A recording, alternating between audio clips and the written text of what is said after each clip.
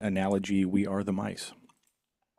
Our guest this week is Kwabena Agyeman from the president and co-founder of OpenMV. Go say hi to the nice people out there, Kwab. Hey, how's it going, everybody?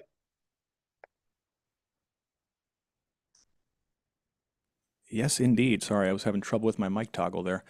Um, yeah, good morning, folks. I did indeed I got several of my hairs cut. People were wondering about this. It's the truth. Significant amount of hair is gone now. My head feels much lighter, but my heart is heavy. So it evens out. It evens out. Yes, please let us know when you join here today where you're joining us from. We love to see the global OpenCV community checking in here every Thursday morning. I am coming to you from beautiful, fragrant Soma in downtown San Francisco, California, and our guest, Quab, is coming to us from. The same place, actually. Yes, I Literally, can we see are 2 blocks away from each see you other. from here. I see this howdy from New Jersey. Howdy from Palm Beach. Hello, greetings from Mexico. Mexico City. Love to see it, folks. Yeah, we are live on the YouTubes, the Twitch, the LinkedIn, etc., etc. Let's double check that LinkedIn is actually working here. Sometimes they, yeah, it looks like we're good there. Okay, yeah, we're on Twitch, we're on everything else. Wow, lots of people chiming in here today. We've got Ontario, Canada, sunny London. I don't buy it. I don't buy it. Greetings from Honduras. Hello, Sunnyvale. Just a stone's throw here from San Francisco. Hello, Satara, Maharashtra, India. Hello, Brazil. Hello, Egypt. Hello, Baja, California. Carlos confirms here. Hello, Colombia. Hello, Nepal. Wow. Global All community. over the world. Love to see it. I've got York, UK over on LinkedIn. Waiting for YouTube to say something here. Y'all are awful quiet over there. It makes me nervous. Hello, Austria. Hello, Indonesia, Italy, Albuquerque, New Mexico.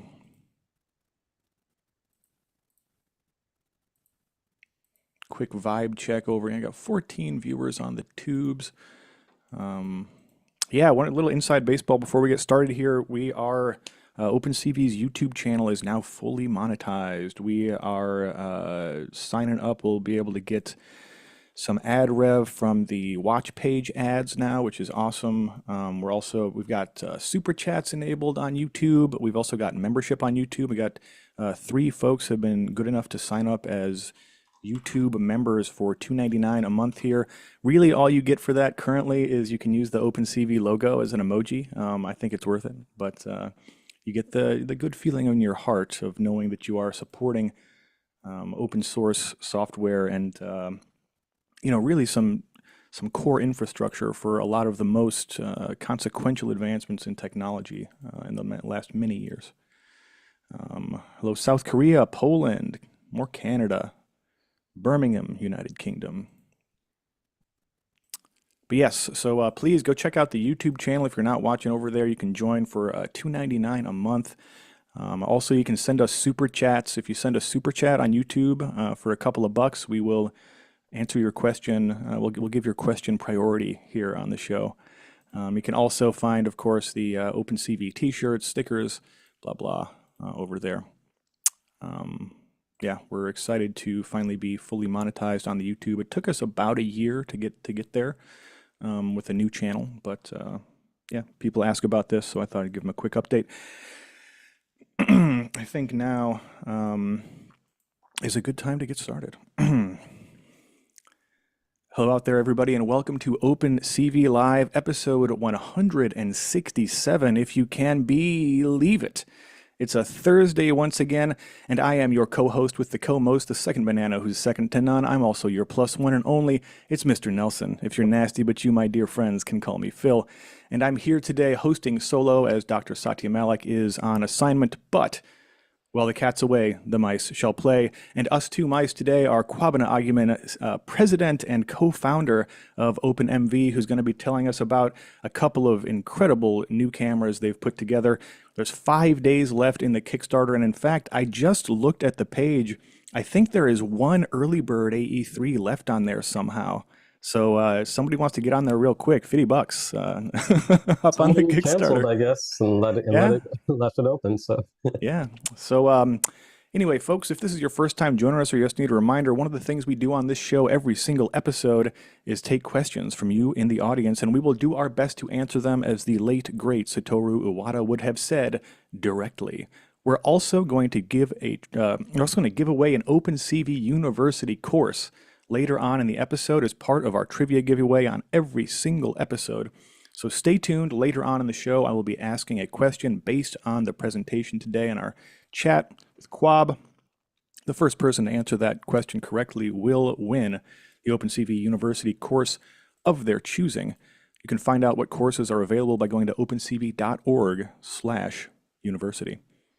I'm going to share the screen here. A little bit of business to take care of at the top of the show. Quick check-in on the OpenMV Kickstarter here. Looks like 121,000 from 458 backers. 5 days to go. So yeah, get over there, folks, and support part of the OpenCV community. These are some really impressive, exciting cameras. Look, there's one early bird left for $50. Somebody better get on that before I do. gone. But yes, check them out. OpenCV are busy little beavers these days. We've got the bin picking challenge, the perception challenge for bin picking, being hosted alongside our friends at Intrinsic. The leaderboard is popping off. We are now doing $200 weekly prizes for the top team in each week. You can join the Slack server, check out the official forum, and check out the website. It's still time to join the first phase of this competition. Over $60,000 in prizes are up for grabs, as well as a spot at an official CVPR workshop. This is a super prestigious thing to be a part of, and you can get there by participating in the bin picking challenge. So go check it out. That's bpc.opencv.org. Submit your stuff this week, and it could be you or your team that wins 200 bones American. We've also got the OpenCV SID Conference on Computer Vision and AI, a full day of talks being put together in conjunction with Display Week, the premier event for display technologies, electronic display technologies, hosted in San Jose, California this May. We will be there all week for Display Week, but specifically Monday, May 12th is the OpenCV SID Conference on Computer Vision and AI, or as we're calling it, OSCA. Yes, I do like Evangelion. There is a purpose for this name. You can go to the Display Week website and check this out. Get a special invitation, a personal invitation here from Dr. Satya Malik. If you missed him today, just click play on the video. We're going to have a day of awesome talks from really exciting innovators, creators, and leaders in computer vision and AI, including Kwabena Agyeman, who'll be there at the show with us. That'll be fun. We're also got Jerry Ellsworth, Kartik from Intrinsic, a bunch of awesome people. Jose Benitez, a great story from OpenCV University, success story. Took an OpenCV University course, founded a company, and is now they're doing great out there. Monica Song from Google AI Frameworks, Keras, TensorFlow, and of course Jerry Ellsworth, an innovator, an early, what you would I guess call influencer or creator now, has been doing this for 20 some years. So. It's going to be an awesome show. We really hope to see you there. You can find the website, displayweek.org. It's the OSCCA, Computer Vision and AI Conference. OpenCV is a nonprofit organization that puts out open source software, and as such, we depend heavily on the support of our members and partners. You can take a look at all of these wonderful companies that help out OpenCV, either by financial donations or by donating developer time, or sometimes a little bit of both. We really, really appreciate what they've done for us here. Of course, it's the time of year and we're trying to get people to re-up their membership. So, we're doing a membership drive. If your company benefits from OpenCV, consider becoming an OpenCV member and supporting OpenCV directly. We've got multiple tiers of support you can do. bronze, silver, and gold. They start $6,000 a year for those startups out there that want to give back a little bit, but maybe don't have a ton of extra capital. We really appreciate it. You can also sponsor OpenCV on GitHub. We've got 18, count them, 18 sponsors over on the GitHubs. Super excited to see those numbers going up seemingly every week by at least a couple. I'll give them their 5 seconds of fame here. IO Devil, we've got Kostub, we've got ecosystems, the concept of ecosystems. Jaws, apparently, Runja Lee. We've got DJ Greenwood on the 1 and the 2.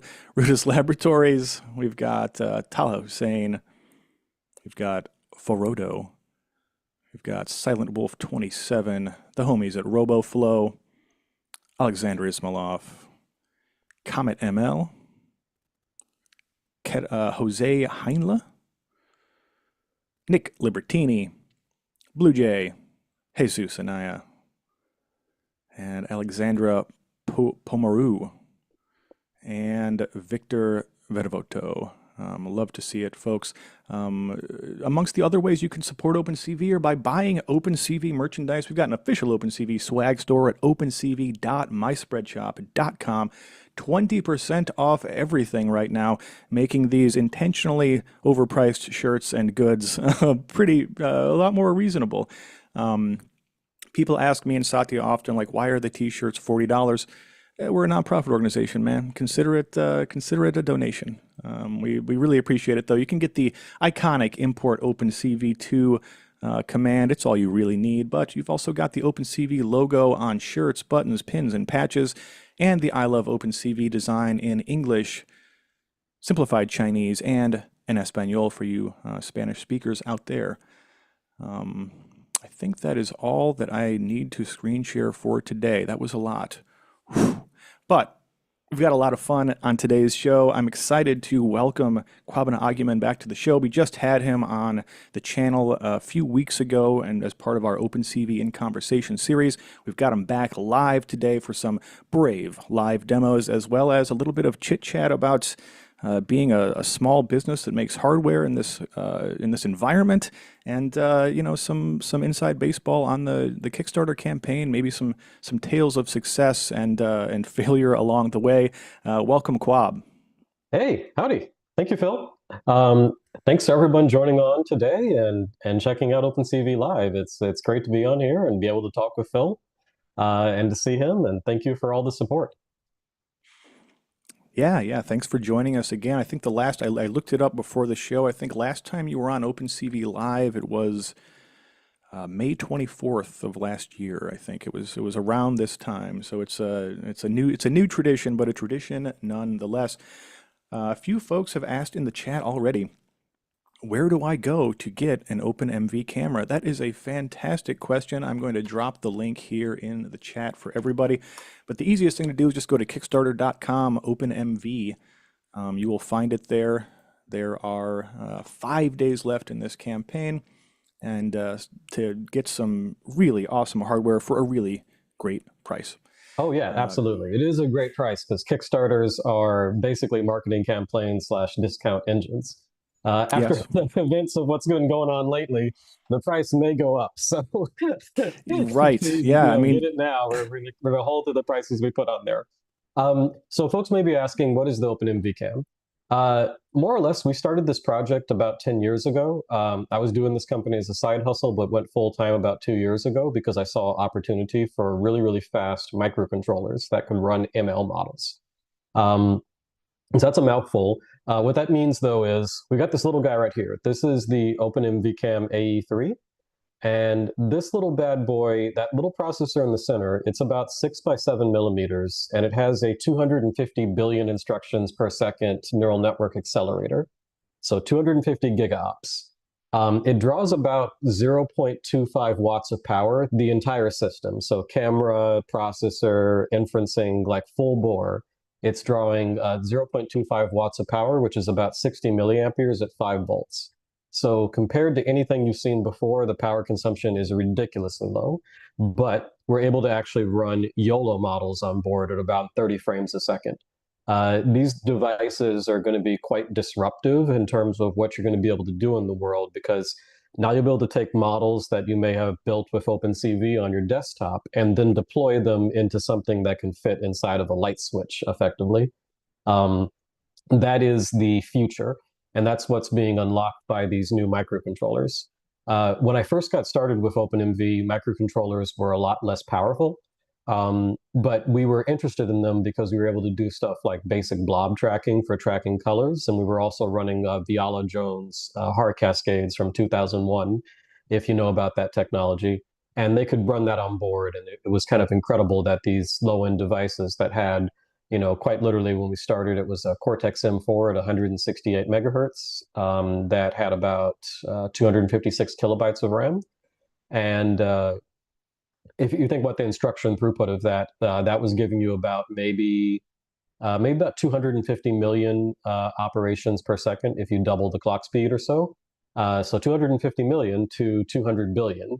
So this thing is effectively 1,000x faster than our previous gen 10 years ago when we started. And that's what is so exciting about this technology. And that 1,000x faster, though, it was really, there's a huge jump that happened pretty much just with these new systems. Because for most of the life of OpenMV, we were really only getting linear speed ups. Like we went from the Cortex M4. Yeah, most of the MCUs are made in Taiwan. That's the reality of the high-end manufacturing processes. This one is a 22 nanometer fully FDIO, is it fully depleted silicon on insulator. It means it's a low power technology. But you have all other ones like the OpenMV Cam N6, which we're also offering on our Kickstarter. That's about 3 times the power of this. And that one, I think, is in the 16 nanometer technology category. Um, but what I'm mentioning about these is previously when we first started the company, the performance gains were only linear. They were like, okay, it's 1.5x faster, it's 2x faster, it's another 2x faster. So you really weren't seeing this massive jump. And what happened is the demand for AI acceleration has finally reached microcontrollers. And chip vendors such as ARM basically created IP, something called the ARM Ethos U55 coprocessor, and that sits right next to the right next to the CPU, and basically offers that AI acceleration. So I guess the best example would be it's like having a NVIDIA GPU, built into the processor more or less. It's on the same chip fabric as the main CPU, and then it's also able to access the memory on board at that very fast speed. One other thing that's quite incredible about this little chip, again, it's 6 by 7 millimeters, and so this whole thing is 1 inch by 1 inch. It's super super tiny, right? They put 11 megabytes of RAM on board that's clocked at about 3 gigabytes a second internally. The reason I mention these numbers is when you get into computer architecture, you realize that that's about equivalent to DDR4 speeds. And then if you think about a model, if we look at something like YOLO V2 or YOLO V5 or YOLO V8, as long as you keep the activation buffer size, like the model's resolution, if you stay at like 224 by 224, the actual size of the model and its tensor arena where it's actually doing work fits within that 11 megabytes or so. And that's where that's where this magic is unlocked, because then that means that you're able to run the entire model on chip and execute it and do inference at that 30 frames a second. And this is where you then have the ability to deploy this AI model on this low power hardware. Anyway, I'll take a break for there and let Phil talk for a sec. I just too much. No, this is all super, it's all good stuff. I think, we're getting ahead of some of the questions here. I think people are this audience, the OpenCV community are very interested in the specs, of course. Mhm. But they're also really interested in what it can do. And, a lot of the folks in the community are also entrepreneurs like yourself. They're small business people. They're either in the service, providing industry, like they write code or they do hardware integrations, or maybe they themselves manufacture stuff or are part of a team that does manufacture stuff. And in manufacturing right now, the big word on everybody's mind is tariffs, and it's a very it seems like the guidance from on high is changing by the hour, and that's got to be really hard as a small business person to try to plan for the future. Can you talk a little bit about sort of what the struggles have been this week? I'm sure your blood pressure is a little bit higher than normal. Oh yeah, yeah. No, I haven't been sleeping well this week. It's actually quite challenging, to be very honest. Yeah, I mean, the reality is we manufacture in China for most of our products. We used to manufacture in America, but we actually ran into a really weird issue, which is even though the manufacturing itself, when we were first building our OpenMV cam, it wasn't that much cheaper to go to China. There was definitely a cost advantage, but the biggest thing was part sourcing. We had one manufacturing run in America where we were trying to get something called the OV7725 image sensor, and we had a 6 month delay waiting for cameras. So just imagine you place an order for 1,000 units, and you're just checking back, hey, you get the chips yet?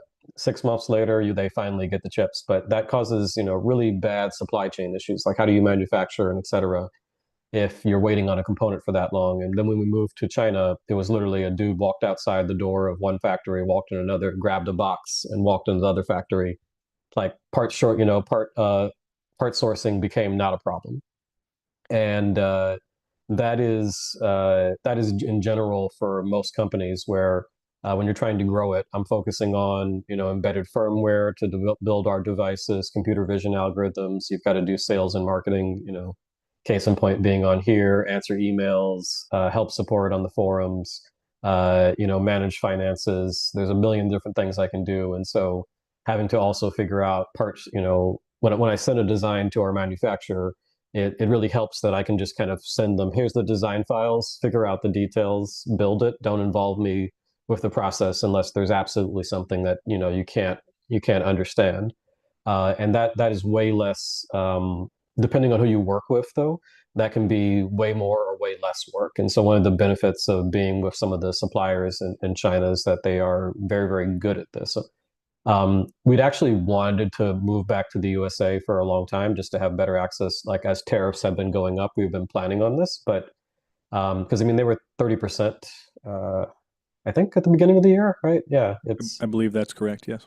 yeah, but they didn't have the de minimis rule, which was $800 at least. If you didn't hit that threshold, you weren't being hit by them. Now they're on everything. I think the bigger challenge was we looked at manufacturing after leaving to go to China, and then coming back and looking at it, 6, 7 years later. Costs have gone up pretty significantly. Like it's now about 250% what it would be to manufacture in the USA again. And this doesn't count in the fact that a lot of the components will be coming back from China anyway. So then the cost that I was looking at is just what's in stock currently. So that would rise even more. So there are customers who want products built in the USA, but it's typically just defense, military, you know, places where the buyer is government related and doesn't care about the cost generally. Right, but does care about stuff being made, in the country, right? It's just one of those things. One of those good things that government does is it tries to buy things from the country that it's in, right? Like that's not bad. Yeah, no, I mean that definitely helps. I remember attending a talk about this. It was a, forum about technology that defense companies actually. And one of the realities they mentioned is that you'll have the government appear as a buyer and help you for one contract, and then the government administration changes or whatever, and then disappear, and then you go out of business. And so, if you try to build a company based on government contracts solely, you typically will generally have a cash issue as your buyer disappears. And so, because that's not the normal consumer who will pay, like they typically no one wants to pay 4 times the price of something. that's that's generally a hard thing to stomach for most folks. Yeah, it's not maybe yeah, it's a flex, right, for some of these folks. It's like the I Am Rich app on the early days of iPhone. Remember that? Oh, no, Uh, I never heard of that. so there was this app in the early days of the App Store just called I Am Rich. It cost $1,000.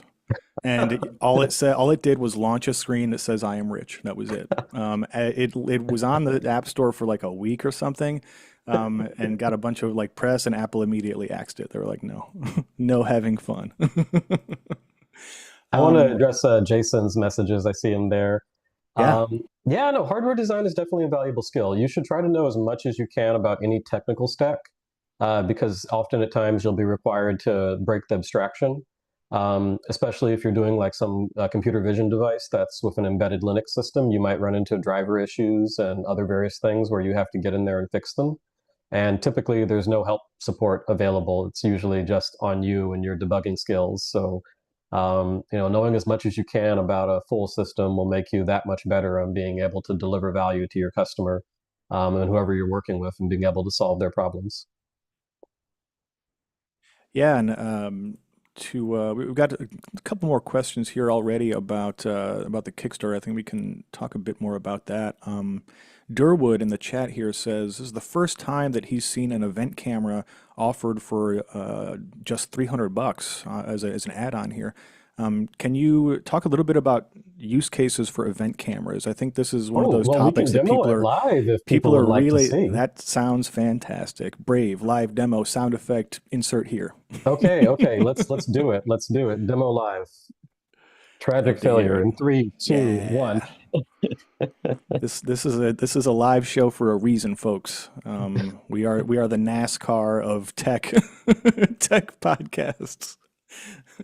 All right, give It's me a more sec fun. to Yeah, it's set all this good. up. It's sometimes more fun when things go horribly wrong. Yeah, I Um, just gotta mount these cameras. I just dropped it on the floor real quick. Give me a of sec. course, starting out Okay. strong. All right. Okay, I think I have some crazy wrong firmware on this one, so let me just switch cameras to a different one. Even Someone better. asked us to. So one of the cool things about the OpenMV Cam is that it's just a microcontroller with a USB interface, and it can be fully programmed. And so one of our customers for the event camera was like, "Hey, we don't really want to use the OpenMV part of it. We just want a frame grabber." And I was like, okay, that kind of defeats the purpose of the product, but sure.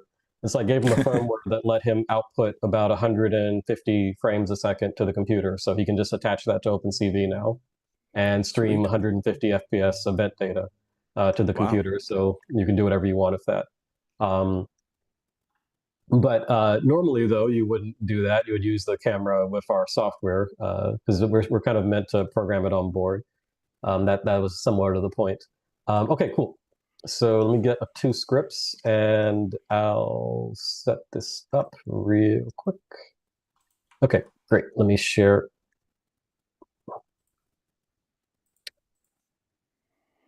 Okay, great. Can folks see my screen? Yes, indeed. One request. Can you bump up the font size in your editor there a bit? Yes, absolutely. Perfect. Thank you. Okay, so the way the OpenMV Cam works is we run something called MicroPython on board. So the trick to understand is it's basically a computer that its whole job in life is it turns on and runs a Python script. And when you connect it to the IDE, you can send it a Python script to execute, which is this script. Um, and so let me just run that. Okay.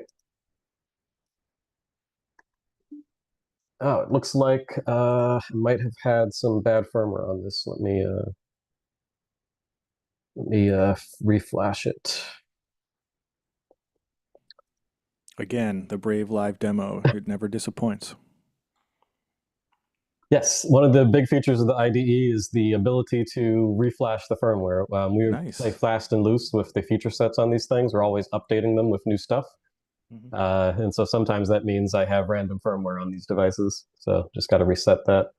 It's important for the firmware upgrade and downgrading to be robust on these. This is nobody likes breaking something, you know. Okay, let's see if it works. Otherwise, there's a hardware issue. Oh, wait, there we go. Great. Okay, so it was the firmware. Yeah. Yep. Okay, so this is Very an cool. event camera. Check it out, right? Um, it kind of sees just motion. Those blocky artifacts you see are actually, it has this low pass filter in it that's trying to prevent flickering. So it puts those blocks when it sees it. But as we move it around, though, it can kind of see the environment. It's a little, I think it's out of focus right now because we had a customer complaint where they wanted us to fix the focus to be able to change it. So let me see if I can focus it. So this is a focus tool I kind of made 3D printable, and you can put it on the camera and then kind of focus the lens a little bit. It's hard to focus an event camera lens for the obvious reason you can't actually see the Yeah, pixels. it's So it's challenging. I can see. yeah. But what's cool about this guy is you can set the frame rate really high. So I can do like sensor set frame rate 200, right? Boom. Okay. And now you see we're getting 199 frames a Oh second. wow. Yeah. We can actually go up to 375 FPS. Um, so go 350. Looks like yeah, it's going up. The fact it has to render the video to the screen is like the processor can't necessarily keep up with it. Right. Yeah, but anyway, about 200. Let's leave it at that. It's a appropriate speed. Anyway, so one of the things to note about the event camera is that basically when you set the frame rate this high, what pretty much you're seeing is every pixel, right, is so if I stop moving, right, you see everything disappears. Got a little glitch there, and basically what's going on is every pixel here is 5 milliseconds of activity. So what's happening is the camera is cutting a frame every 5 milliseconds, and every 5 milliseconds, the new picture contains 5 milliseconds of what happened in that pixel. That's effectively what's going on when you set it to 200 FPS. What this means, though, is that you could track, for example, imagine a waterfall of Skittles. Imagine you were given the job, hey, I've got a waterfall of Skittles. I need to count them perfectly. Like as they're passing through a line, I need to count them perfectly. As But you the do, Skittles are falling so fast totally that your normal camera stuff. is just blurred, right? Uh-huh.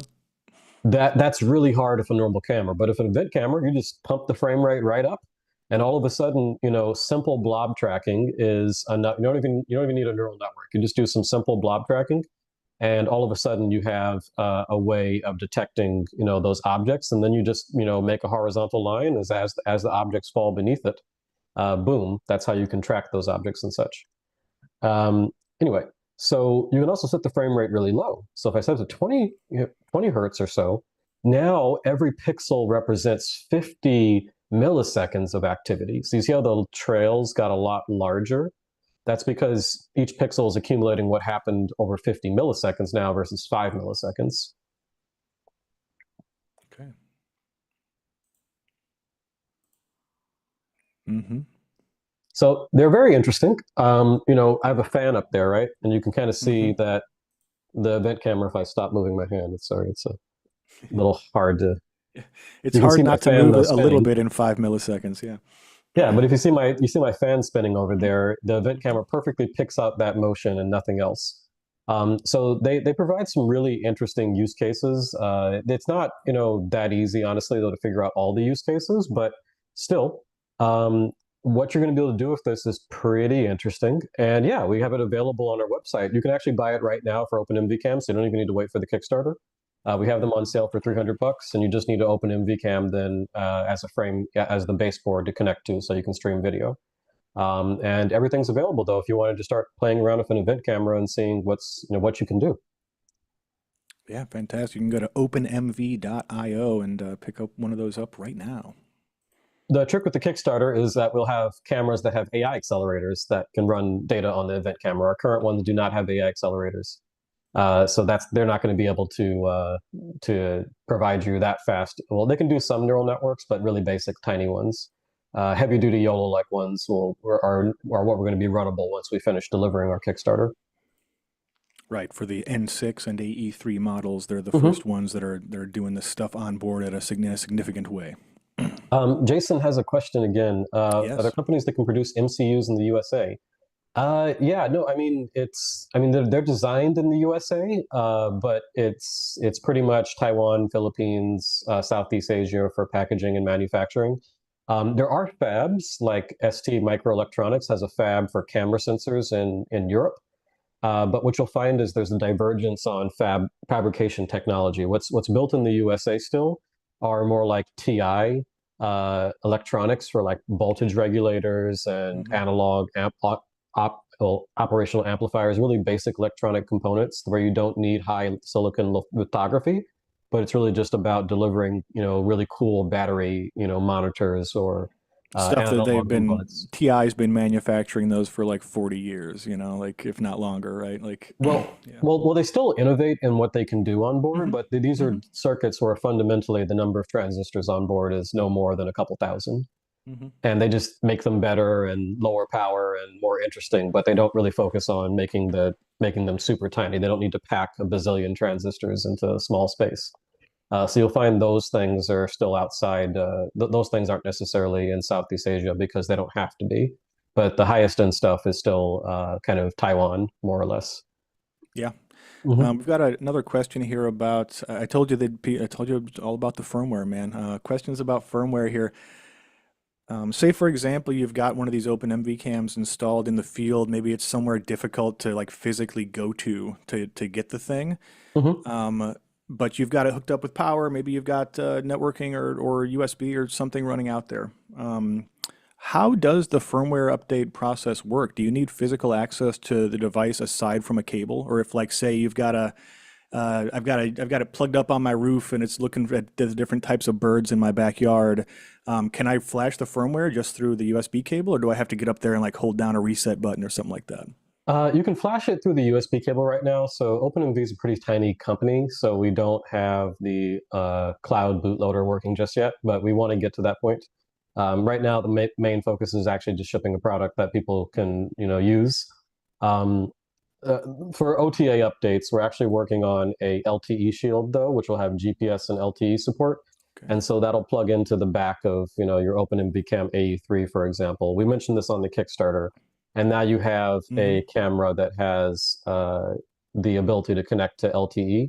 And once you have that aboard, that's going to allow you to then be able to, update online. The LTE backpack runs its own firmware actually, so it's its own separate microcontroller, something called a Nordic NRF 9151, Yeah. and so The that's got classic. yeah, LTE Cat M, which is about 15 mile, 1 megabit a second distance. So it's not like 5G. It can't go that fast, but it'll provide a bandwidth to be able to actually talk to the microcontroller, send a new firmware update and such. These things we want to roll out eventually. So we still got a lot on our plate though, so they aren't here yet. So it's just USB for now.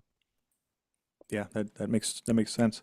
Um, Another question we just saw come in here asking about like what sorts of models you've seen. So we talked a bit about the RAM capacity and the speed there, which is really impressive and unlocks a bunch of new stuff. But what is the heaviest stuff you've run with these in your tests? Like what kind of models have you got on there? Has there been stuff yet where you're like, damn, I didn't think that would work, but it did. Yeah, yeah. I can actually do another live demo where I can show you some of that stuff. Uh, Let's I go. can't show the models working. Again, small company. We're still Hmm. trying to do a Hmm. lot with just a few people. So, but I can show you Yeah, what we're working on and to on make the very little models sleep available. this week, as you said. Yeah, no, I wish it's life. It's hard. Okay, so we got OpenMV IDE here. Is this the okay? This isn't the right version of it. Okay, just close this out real quick. Um, Okay, give me a sec. I'm launching, we're currently working on, so this is actually under development. I am coding this one right now. All right, great. Okay, so what we're actually working on, so the way the OpenMV Cam will work for running models, first, let me give you a demonstration of that this stuff actually works just to get that out of the way. I think that's an important bit here. So Your audio is like kind of a little fuzzy for some reason. I'm not sure. okay, It just is it started okay now? happening. Say something again. Is it fixed now? No, it's a very odd. I can't. It's almost like the noise canceling is not working or something. I'm not quite sure. It just started happening. Okay. Let me try turning it off and turning it on again. Yeah. The greatest all-time troubleshooting step in the history of computers. The Okay, how about turn it now? off. Say something again. How about now? I think so. I think we're good. Okay, great. Yes, All right. it's fixed. Okay, great. So right here, we've got the OpenMV Cam. Let me just unplug that. Okay, we got the OpenMV Cam N6. So this is our higher end system. And so this is running a FLIR boson, which is a thermal camera, high resolution. And so this Predator example vision. kind of shows off running YOLO V5, actually. This is just a regular YOLO network, and it's detecting people using thermal vision. Mm-hmm. So pretty neat. FLIR boson's incredibly expensive as a sensor, though. This is a $5,000 device, so I don't imagine most folks would be playing with it. But for certain customers and such, they're really interested in thermal and what you can do with that, because you can see, in the dark and things like that. Mm-hmm. Uh, Mm-hmm. so the way this will work, though, is we actually have something. So the way models get on board the system and the way they operate on these microcontrollers, it's very different than what you're a little bit used to with a desktop system. To kind of keep the resources optimized and to save space, we have something called the ROM file system on board. What's going on more or less is that the model itself gets baked into the firmware application space, and this allows the neural network accelerator to execute it in place off flash. So this prevents you having to load the entire model into memory. The model itself is just put into a flash sector, and then the neural network accelerator can access it on that flash. Um, this is incredibly important because when you're dealing with these microcontrollers, you don't have gigabytes of RAM on board. But that's kind of the point. That's how you get the low power, the low size, the low cost, is by doing more with less resources. And so to help make that easy, we have this feature called the ROM file system, where you can kind of select your device, and then you open up this little editor, right? And what you can do is you can add models from, okay, you're not seeing this because I'm only sharing the ID. Hold on. I gotta share the screen, I think, right? Yeah, instead of just the window, right? Mm-hmm. Okay. Okay, let me share. Okay, can you see the screen now? Okay, Yes, great. indeed. Okay, cool. So what we do to actually make this possible is this feature called the ROM file system. So for the AE3, for example, we open up this little editor here. And so it's going to tell me that I have about 16 megabytes of space to put models on board. And so then I can say add model, and we have a model zoo in here where we have all different types of models that you can run on board the system. So an example, do you want to do YOLO V8 image segmentation? Do you want to do an SSD network, MobileNet? Do you want to do YOLO X, Tiny YOLO V2, or YOLO 8 Nano? For example, we have we have models. These are trained just for person detection, but ST, for example, has ST Microelectronics is the vendor that we use their chip for the OpenMV Cam N6. And so we've got their models on board in our model library. And so you can kind of select which one you want. Like, do you want to do hand landmarks? Do you want to do MoveNet for pose estimation or YOLO V8 pose? Or even Deep Lab for semantic segmentation? All of these networks are your kind of basic backbone ones. And then you can retrain these to be whatever you want. Additionally, we also have support for Qualcomm's library. Some of these models from Qualcomm are too big though, but some of them do fit though still. And so like MediaPipe for face detection or facial landmarks, even Midas for depth estimation, for example. Some of these can fit on board. And so when you select a model and you want to run it, let's say hand landmarks, you're going to say, okay. And then we have something called the Vela compiler for the OpenMV Cam AE3, for example. This is ARM's tool that takes a TensorFlow Lite network that's integer 8-bit quantized. And this will allow you to basically optimize it. Well, it will translate it from that TensorFlow Lite file to something else, to something that can run on board. So I click optimize for size, and our tooling will automatically run that network for you and optimize it and kind of show you actually what's going on. So this is kind of the nerd in you can see now, okay, these are all the network layers that happen to run like I think hand landmarks, right? And it's kind of showing you the operations, what's going on, giving you the performance of the system, showing you how much SRAM is used when it's running it. And then it's showing you, okay, your bandwidths and et cetera. And it actually gives you an estimate of the number of multiply and accumulates.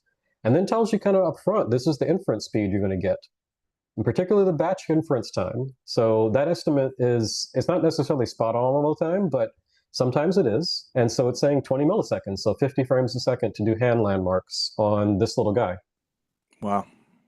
And it also says, okay, the amount of heap you're going to be using is only about 8% of what's available on board. So this model will run successfully. And then I can make files and folders if I want to. Sorry, you can do like a new folder and say, I don't know,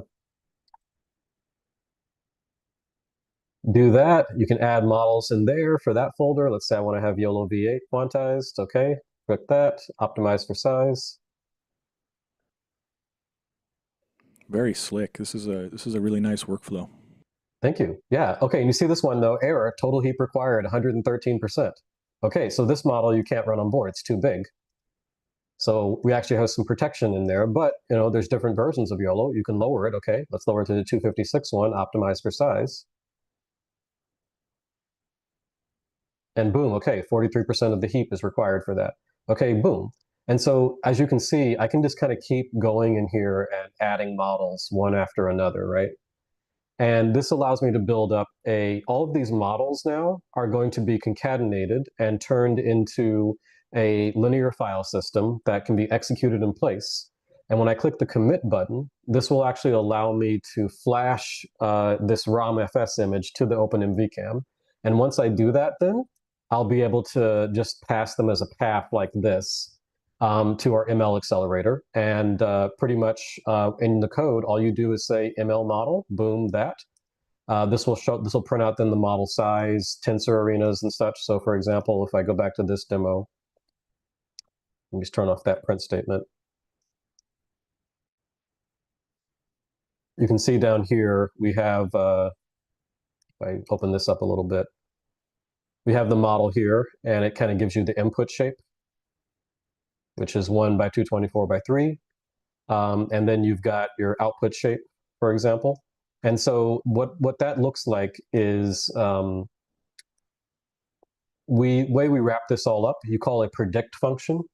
And so predict will basically take a list of tensors being ND arrays, and then it'll execute the model on those ND arrays up to 4 dimensions each. And then it returns a list of ND arrays.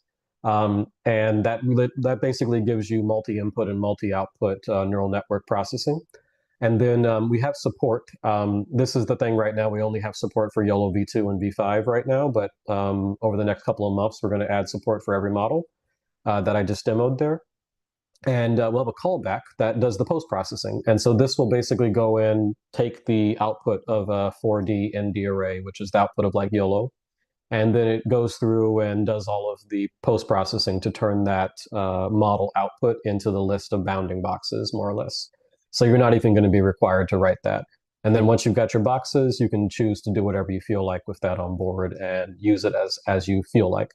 One of the biggest use cases we see we're getting a lot of inbound interest on the system now. And so a main use case there is a lot of people just want to turn this camera into a YOLO to UART, where the camera turns on, it runs detections, and then you can actually have it transmitting this data out of a standard TTL UART to another microcontroller, which can then have your main application code, or you can run that on board if you feel like here.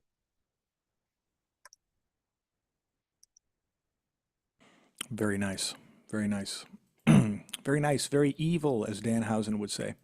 Um, we've got a bunch more questions here, man. I think we'll do one more question here and then we'll do our giveaway and then some more questions.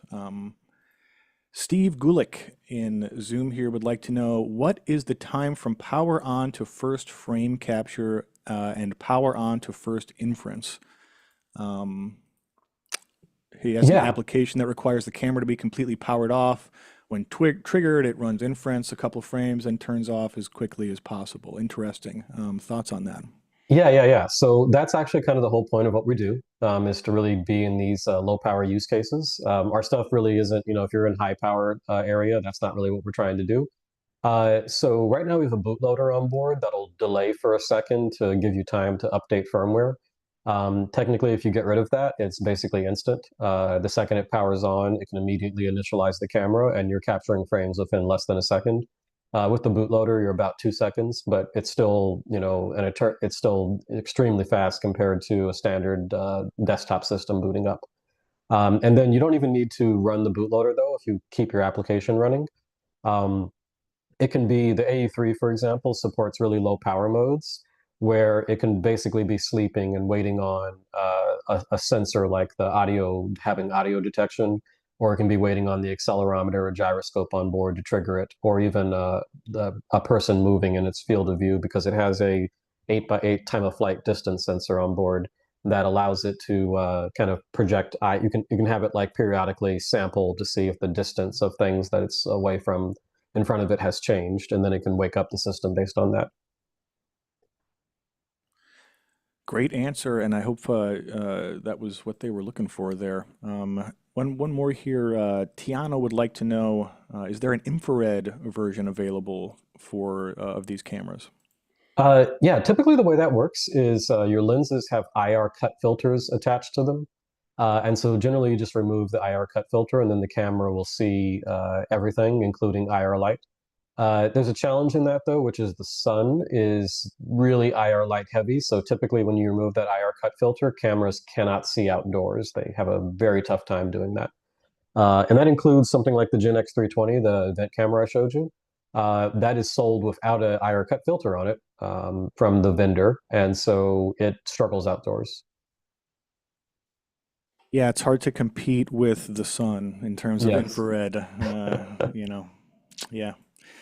As they might be giants would say, the sun is a mass of incandescent gas, or I guess the updated version was the sun is a miasma of incandescent plasma. Yes, that's true. And then we have one more question. Yeah. Onyx model format.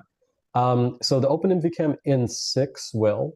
For the OpenMV Cam AE3, so there's actually a little bit of, that life is nice in that everyone's got their own different tool chains, which makes it really hard for me to make a consistent platform. So the OpenMV Cam AE3, this is powered by ARM's accelerator technology. So it's the ARM Ethos MPU, and that uses their Vela compiler toolkit, which I just showed you. That exclusively works for TensorFlow Lite models that are 8-bit integer quantized or 16-bit integer quantized. But if you want to use the OpenMV Cam N6, which is this little guy here, which is our higher end system, ST has their own toolkit. ST's toolkit can actually take in Onyx files and TensorFlow Lite files and PyTorch files. So they'll take in anything and they'll convert it into the format that runs on board the system. That said, Right though, on. they also come with a tax on their toolkit is going to be 1 GB versus 10 megs. So, so A the little bit install on your different. PC will be a lot higher for their toolkit and such. That makes sense. That makes sense. We will I wrap th that though, so like you won't have to be in charge of installing it. We take care of everything to kind of make it so that it's, that whole process I just showed you with the Vela compiler. That's a lot of steps, and to figure that out takes a couple days. And so we've mhm. kind of made that easy, so you don't have to know all the details that go underneath the hood to make these things function. Yeah, and that ease of use, I think, is what is really one of the things that really sets OpenMV apart. We really appreciate it. I think now is a great time for us to do our giveaway. We've got about 5 minutes left here in the show. If you are joining us for the first time, or if you just need a little bit of a reminder, one of the things we do on this show is give away something to you in the audience absolutely free. On this episode, we'll be giving away a free OpenCV University course of the winner's choosing. The way this works is that I'm going to ask a trivia question based on the conversation we had here with Kwab, and the first person to answer that question correctly in the Zoom chat with their message settings set to everyone will win the OpenCV University course of their choosing. You can see what courses are on offer by going to opencv.org/university. So we talked a bit about a really Wait, interesting, what's that? wait. I Before we mention that, I just wanted to mention Jason Chung. He didn't post his questions in the message for it was in the Yeah, chat. go ahead. I'm just reading that. Hope you were able to see it, Amit. No, the bottlenecks in U.S. firms moving to produce MCUs in the USA.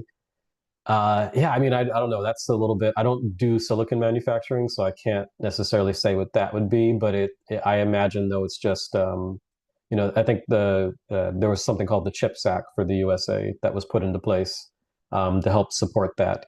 So it's probably just a 5 to 10 year thing that will need to happen to create that just manufacturing capacity. Anyway, okay. Sorry for interrupting, Phil. Now you go. That's all good.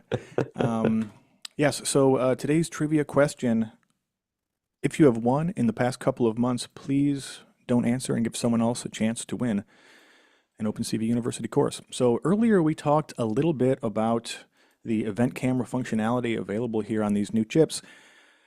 How many milliseconds does it use as the time delta in the demo we saw there to see motion? How many milliseconds in between is it looking for? Oh, there we go. Carlos Nava, right out of the box, just like nailed it.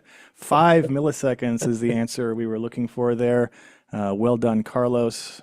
Get out of my head. I say Tiana was this close. It was we had quite a few people ready to go. But congrats, Carlos. Please go look at opencv.org/university. Find the course, excuse me, find the course you would like and send exactly one email to phil@opencv.org. That's me. And we will make sure that you get that course. Congratulations, by the way. And thanks for paying attention. we like to reward people for paying attention on this show. I see a couple. I'm going to do a quick look. I see on YouTube, we had a couple questions here. Stefan on YouTube would like to know, if you're connecting a battery to this, what are the requirements for said battery? Is there anything built in on board in terms of like, charge management or anything like that? Would that be something you'd have to add on separately?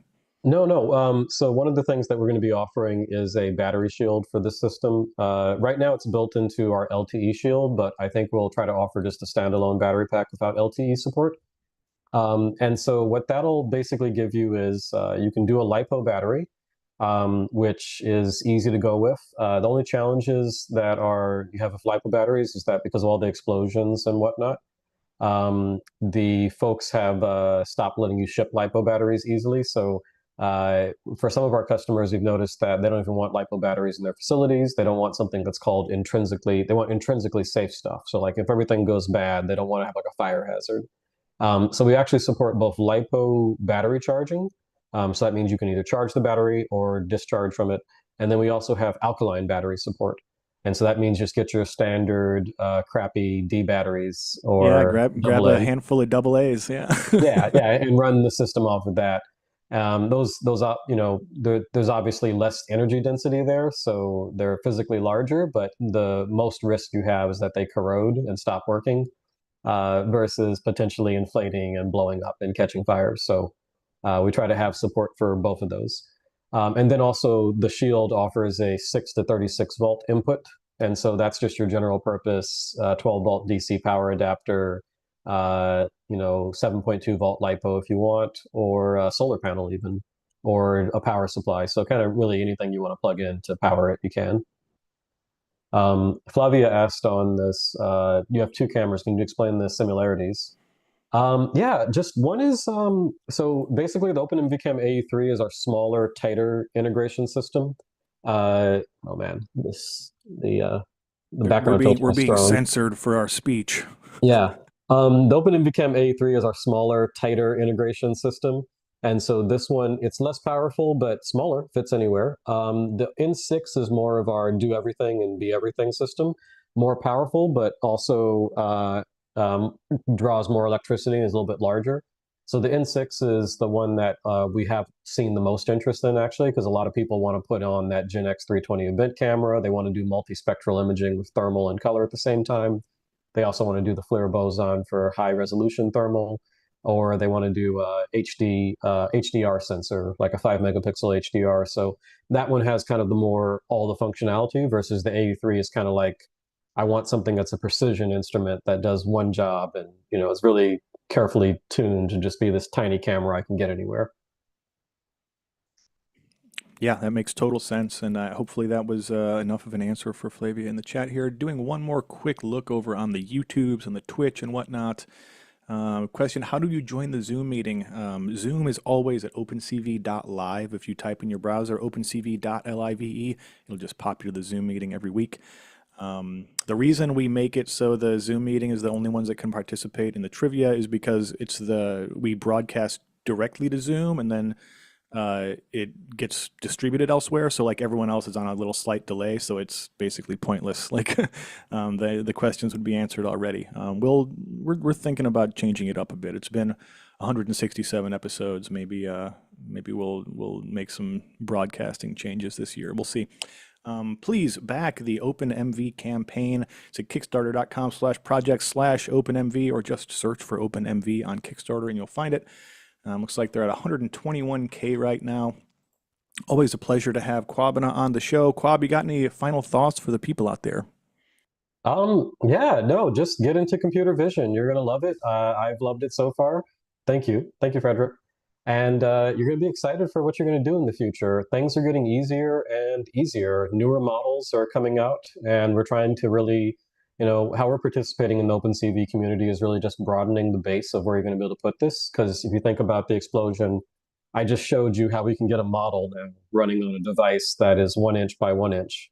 And so right now that's not really possible. You're not go out, you really can't easily buy something this tiny, this low power. And so now this means like, where do you want to put these cameras? Just think about where you could put something this tiny and this low power and have a model running on board. Think about the explosion in applications. Yes, it does have I/O pins. If you go to our website, it's actually got SPI, I2C, UART, lots of UARTs actually, USB, CAN bus support, PWM, kind of everything you'd want to connect to anything. So it's a fully configurable system.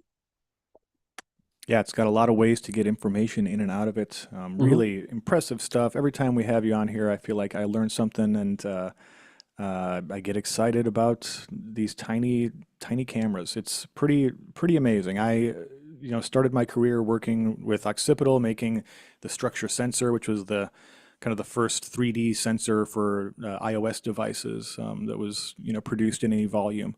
And the what's possible now versus what was possible then is like science fiction. It's completely ridiculous how quickly this stuff has moved and what people can do.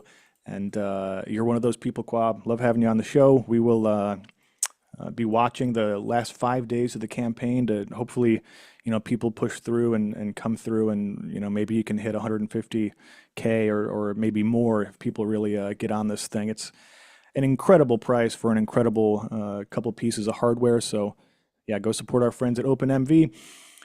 Yeah, thank OpenCV will you. be here for you again on Thursday next week and every Thursday after that for as long as we can.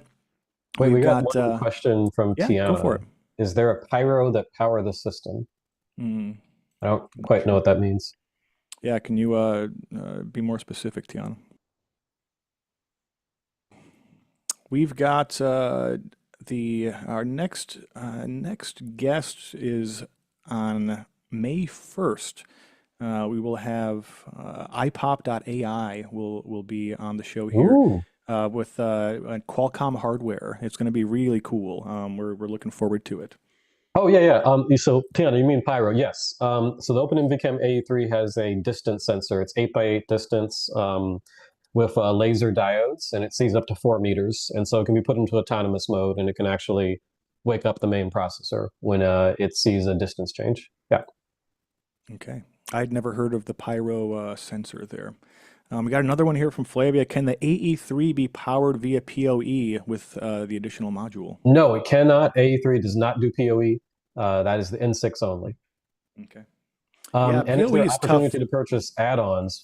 Frederick asks. Yes, we will do a Kickstarter. After Kickstarter is done, we're going to be doing our you do a post Kickstarter survey where we send out basically an ad to let everyone to let them know what they want to actually, do you want to add more stuff to your cart and et cetera. And make sure your shipping address is correct and all that good stuff. Yeah. The camera sensor for the AE3. There's a lot of questions coming in at the last second. Thank you all. Always the Using a case. 1 megapixel global shutter camera on both the AE3 and the N6. Resolution is a little bit low, but we wanted global shutter functionality because for actual machine vision use cases, not having motion blur matters to people and being able to precisely Yeah. control your exposure. So we're trying to think about what people actually want to do with these things in real life versus just taking pretty images. And then can you control it from the Raspberry Pi? Absolutely. Yeah, one of the main use cases I would imagine in terms of especially like hobbyists or just people making their little one-off projects and stuff. But there's also, industrial deployments of Pi and Pi-like systems. We're going to do one more and we're going to drop off Yeah, here. yeah. I think we Flavio have to says, go. is the AE3 battery only, or can it be powered via a power supply? Yeah, yeah. You can do power supply. As I said, 6 to 36 volt input, so that kind of covers everything. Hmm. Fantastic. All right, folks, we're going to call it a day here. Support OpenMV, support OpenCV. We will see you next Thursday, same bat time, same bat channel, 9 a.m. here at the OpenCV official YouTube account. Don't forget you can now join the OpenCV YouTube as a supporter for $2.99 a month. Currently, you get to use the OpenCV logo as an emoji. That's one of the things you get. We'll be adding stuff to this as time goes on, but I want to keep those things a little bit more secret for now. So yeah, go check it out. We will see you next time. Thanks so much for joining us. Take care of yourselves out there. Take care of somebody else if you can, and have a great day wherever you may be. Thank you.